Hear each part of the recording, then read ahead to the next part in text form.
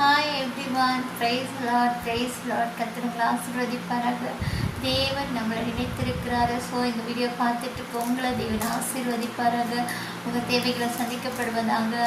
தேவன் சகலத்தையும் செய்ய வல்லவராக இருக்கிறார். ஸோ நாங்கள் நினைக்கிறதுக்கு பார்க்குறதுக்கு நம்மளை ஆசீர்வதிக்க நம்ம இந்த உலகத்துக்கு ஒளியாக நம்மளுடைய காரியங்களை நினைவு கூர்ந்து நம்மளை பலப்படுத்தக்கூடியவர் தேவன் ஒருவர் மாத்திரமே. ஸோ இன்றைய நாள் உங்களுக்கான ஒரு வாக்குத்தத்தின்படி நான் உங்களை ஆசீர்வதிக்கிறேன். ஸோ இந்த வாக்குத்தத்தை பார்த்தீங்கன்னா ரொம்ப ஸ்பெஷல். ஏசாயா 45:14 சொல்லுது, இத்தோப்பியாவின் வர்க்கத லாபமும் நொடிப்படுது. ஸோ உன்னை தாண்டி வருவதாக. ஸோ அது நம்மளுடைய ஆகுன்னு சொல்கிறாரு. ஸோ இன்றைக்கி யார் யார் எந்த லாஸில் இருப்பீங்களா இருந்தாலும், எந்த ஒரு பிஸ்னஸில் லாஸாக இருந்தாலும், ஸோ எல்லா லாபமும்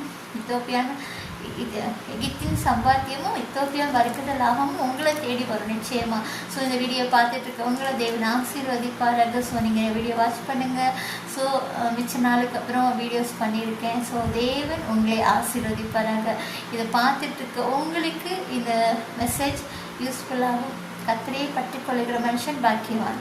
ஸோ அதே மாதிரி வாதை உன் கூடாரத்தை அணுகாது, சங்கீதக்காரர் சொல்கிறது போல கர்த்தர் உங்களை ஆசீர்வதிப்பாராக.